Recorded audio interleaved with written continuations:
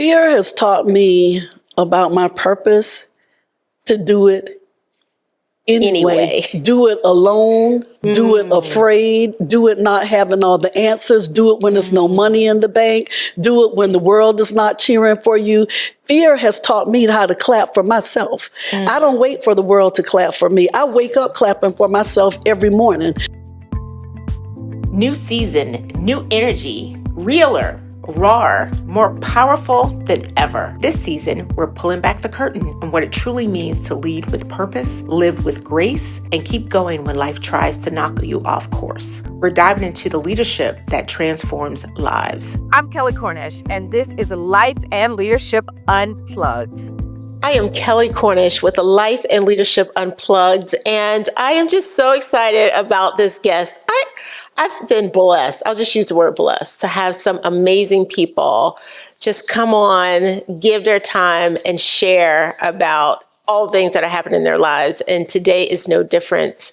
And we've talked, and I said, I would love to call you Dr. Cheryl. She's like, just call me Cheryl. Just call me Cheryl.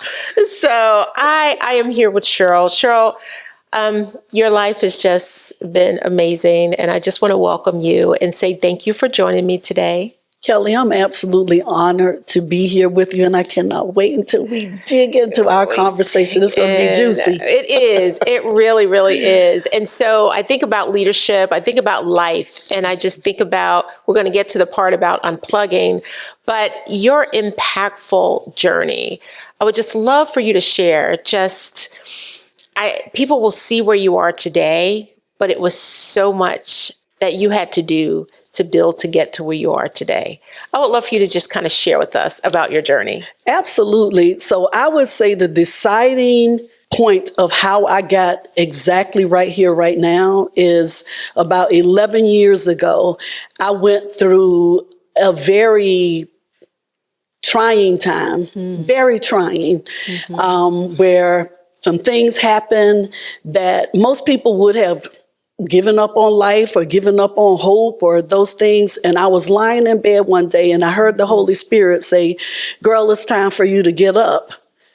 And I said, what did you say? And the Lord said, it's time for you to get up. He said, if you get up, I will elevate you in the very eyes of the enemies that sought to destroy you. He said, it's no more crying. He said, dry your eyes and go out. It's easy to disciple when everything is going well. He said, but will you disciple now when the world is crumbling under you? And that day I got up. My life has never been the same. Have not looked back. I have not looked back. I took what would destroy many people and turned it into everything that people see now. It started with God saying to me, I love you. You matter. You are worthy. No matter what happens, you are worthy. So I started sharing on social media what God was saying to me. And thousands of people started contacting me on social media, inbox, trying to get my cell phone number, all of those things. Really? Yes. And Kelley, I heard him so clear. I was in the shower and he said, girl, and I love it when he calls me girl. He said, it's time for you to write the book. And I said, what book? He said, all the affirmations that I gave to you over the past 18 months. He said, go on social media and pull them all off. And I said, sister. Wow. That was the book. You're always being prepared. He gave me the book. And that's why I can very easily tell people that you don't have to chase after people. Everything that you need in order to do what God has called you to do, it's in your hands. The affirmations were already in my hands and in my heart. So I took those affirmations, and months prior when I was in that low place, and I'll never forget, I was standing in line and I was crying and I was waiting to buy this lady's book. And I said to her, when I'm in a better place, I'm going to host a book signing for you in my house. Well, lo and behold, it took me some time, but I had her do a book signing in my house. She sold more books in my house than she had ever sold the whole time she had the book. So the relevance of that was when God gave me the revelation for the book, she was the one who helped me publish the book. That is so interesting. Because I had poured into her. You know, Cheryl, when I think about leadership, And really, that's what this podcast, I talk to people who are leaders. They've led in an organization, they've led their life. Yes. And I say led their life well. And that comes with the ups and downs, the challenges. But I think the pivot that you just talked about that happened for you 11 years ago was really, it was that defining moment that catapulted you into that next season of your life. Yes. And so when I talk to leaders, it's always, we're in a grind, we're working every day, we're passionate about something, there's something in our hearts. And then, we have to stop and think and pull back. And so something else you shared was I stopped and I listened and I heard what was being said. Yes. And I took that to then create what was next for me. Absolutely. So is that literally, and I would love you have so many books. That's the whole thing. Is it 19 now? 19. 19 books. And 11 years ago. I had 0 books and I wasn't speaking anywhere. I was not speaking anywhere, and I can feel the emotion coming up in me because I remember standing next to my husband at an event we hosted. My mother-in-law died from ovarian cancer, so I wanted to raise money. And we were at the event, and they said, Cheryl, do you have anything that you want to say? And I'll never forget my response. I said, I'm not the speaker. My husband is. And I didn't speak that night. And I had a vision board session a month later, and one of my friends wrote on the board, global speaker. Wow. Today, I travel the world speaking globally, impacting people to believe that anything and everything is possible if you show up for yourself, if you serve without expectation from man and keep your expectation in God. Wow. And the third is if you believe everything that God says about you and you don't check with man to endorse what God has placed in your heart. Wow. That is what leadership is about. I love it. I love it. And you are living proof that when you live by those tenets, that there is a difference. I have so much to talk to you about. I mean, and so you've gone from the magazine, you've gone to the books, and now talk about this magazine. Yes. So the magazine actually came about, it was another listening session. So in the middle of the pandemic, I got accepted into the Goldman Sachs Small Business Program. Yes. And I was super excited, Kelley, because I couldn't get in the program before because you had to be present in class. I was traveling. So as only God would have it. And see, I'm that girl that was crazy enough to believe that the pandemic came so that I could do the things that God had asked me to do. So I took advantage of all the time that God had given. That's right. So I enrolled in the Goldman Sachs program, and they said, what is your stretch goal? And I was like, well, what am I going to stretch?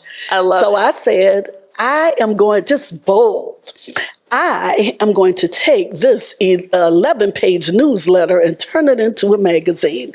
And they said, really? And I said, really?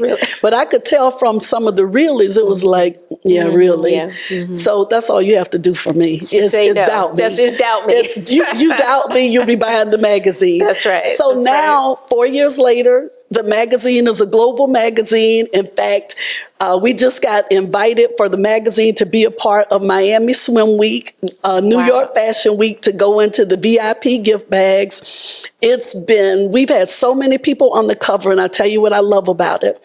I get to be bold, I get to be fierce, and I get to unapologetically pay homage to women who look like me. Wow. That are doing phenomenal things. It is inspiration for the everyday woman. And when people open these pages, they realize, oh my goodness, I didn't know that this person that we had, a Black woman that owned 10,000 acres of timber. I didn't know that we had a woman who started with $500 that's now worth $50 million that's teaching people trade and travel. That's what the magazine is all about. There's no gossip. It's health, wealth, finance, feeling good, looking good, and just uplifting women. You see leadership. You see how to take everything to the next level.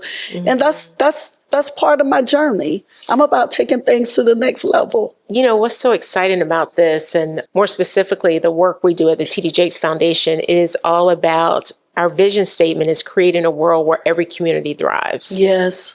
Just throughout the world, no matter what community you're in or you find yourself in, it is a community that's thriving. Yes. And so what you just shared is there's a community of women, there's a community of women of color, specifically Black women. Yes. That need to see them thriving. Yes. You know, and so what you have presented is hope. Yes. That's what you've presented. And when you can turn the pages and actually see hope, that will change. I guarantee it is changing the thought pattern, the thought leadership that a person has in themselves. It is taking it to another level. So congratulations on Thank you so much. all of that. You are so inspiring. And so I have to ask the question. Okay. You've written, you've published, you've produced what many only dream of. What was the moment? And you sort of talked about it, I think 11 years ago. Mm-hmm. But what was the moment when you knew you were called to create at this level? There had to be a time, a shift was happening 11 years ago, but then I know you had to build some resilience up in you to say, I can do this at that level. I can create at that level. When I truly realized that my words had the power to change the course of my life, when I started seeing the things I was speaking happen, I knew God was listening to me. So I knew I could ask for more. I could ask for, and when I say more, I want to be real clear. I am not speaking of material things. Absolutely. I am speaking of the more responsibility to make impact on people, to make generational change, whether it be through finance, whether it be through giving a child an opportunity to do something where that's outside of their current surroundings. That is the thing. When I started seeing those changes, it only made me want, Kelley, to do more and to see more and to be more and to be bolder and fiercer and walk in. And people were like, I remember when we saw you, because people visibly saw me at that low place. I don't wear masks well, so they knew I was hurting. But once God put in me that fire, Right. it's no turning back. I love it. And that's how I feel right now. There is no turning back. There's no turning off giving people hope. There is no turning off making impact. There is no turning off believing everything that God says about me. And most of the time, nothing that man says. Wow. That's so good. That is so good. Dr. Cheryl, this is so inspiring, but we have to take a break. Okay. And when we come back with all of this energy that you have, we're going to talk about how you actually unplug. I love that. I can't wait. Okay. So stay with us. We'll be right back.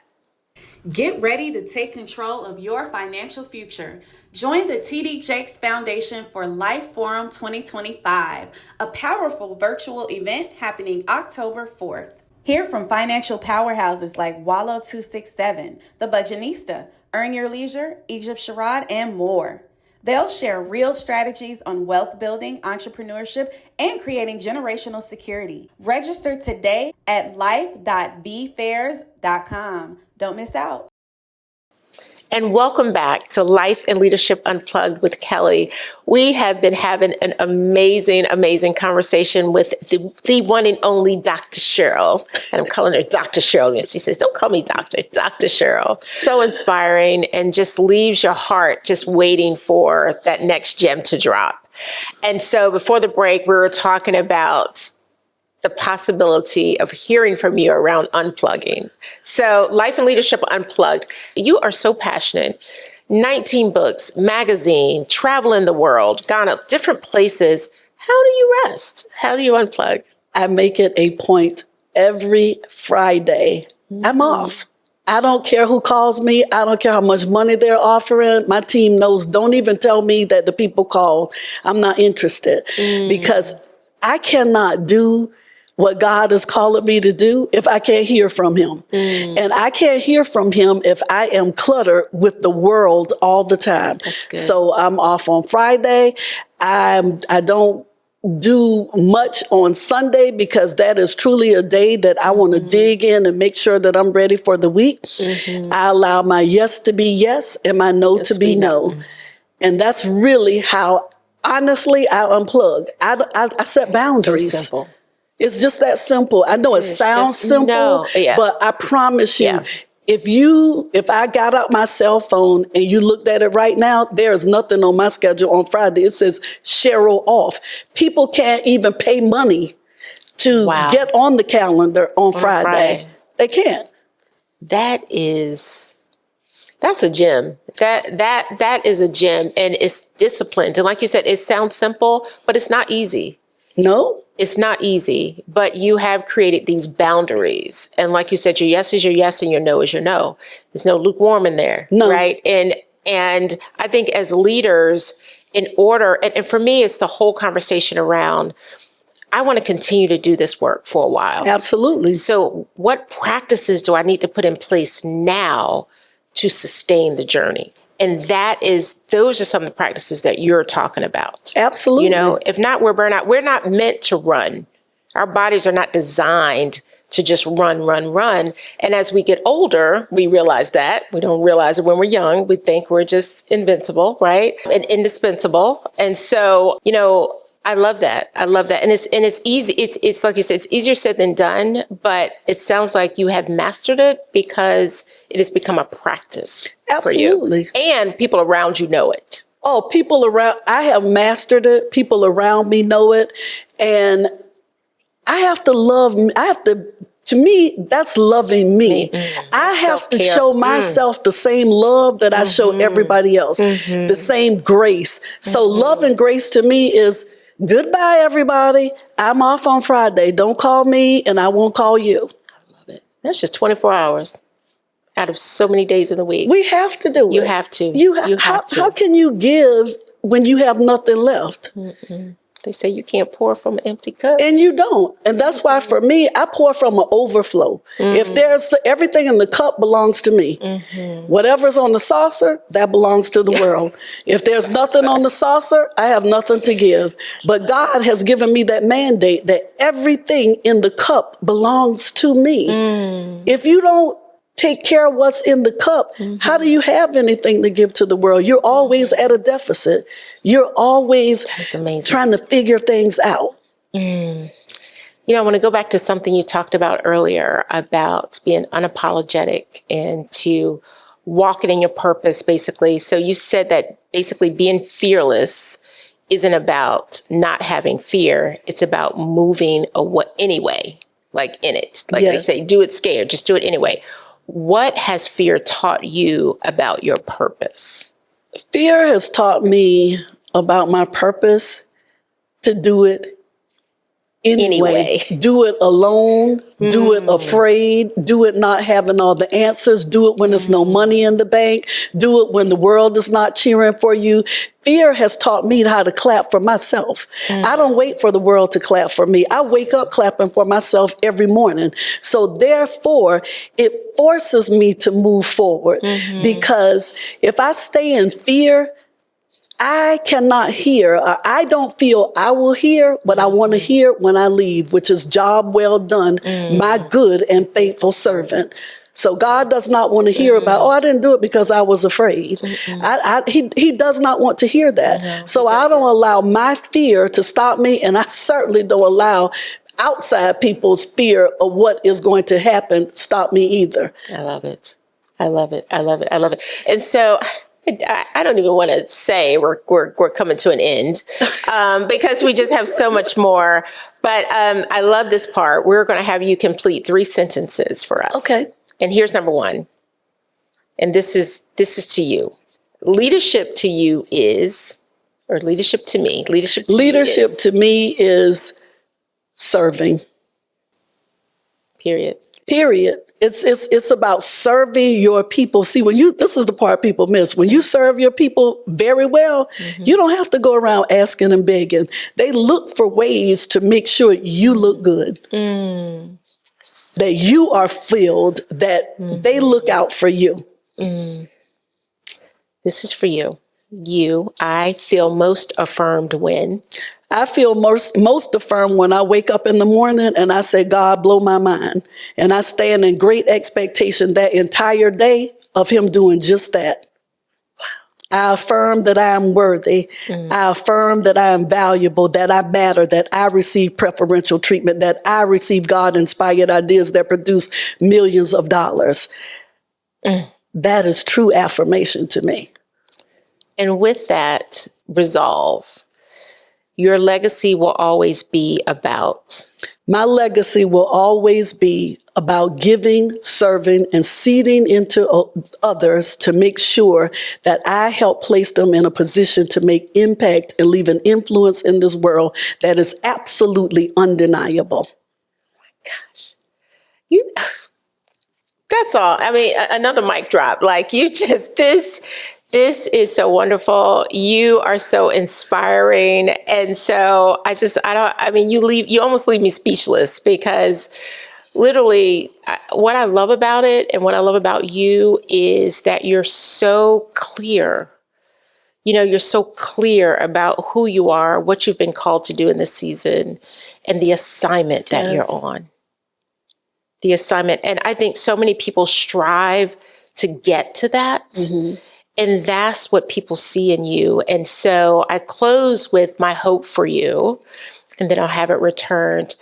But I want to move right into that. So Dr. Cheryl, my hope for you is that you continue to know that you know that you know that you know what your purpose is and your assignment at any given moment. It is so crystal clear. When you walk into a room, it's like the path is already lit and you know exactly where to step. As they say, your steps have been ordered. My hope is that you continue to have that huge heart and that bright smile and that great spirit that just moves any situation to the next level. So that is my hope for you. That is my desire. And just continue to be a game changer and a transformational, amazing woman of God that you are. Kelley, I thank you so much. And Kelley, my sister, my hope for you is that you will continue to walk out the anointing that God has placed on your life. That there will be not one day that you seek validation from man on something that God has called you to do. That you will wake up every morning knowing that you are worthy, that you matter, that you have a gift to deliver to the world that only you can give. And we are waiting on that gift. That you will realize that your life, that you will continue to know that your life has purpose, your life has meaning, and that you will use your time to pour into others everything that you feel that they need to receive from you in this life. Thank you. Thank you. And I received that. I received that. Wow. Well, we have concluded yet another episode with Dr. Cheryl Williamson. And I am just, the world get ready, because you see the best is still yet to come. And thank you for tuning into this episode of Life and Leadership Unplugged with Kelley.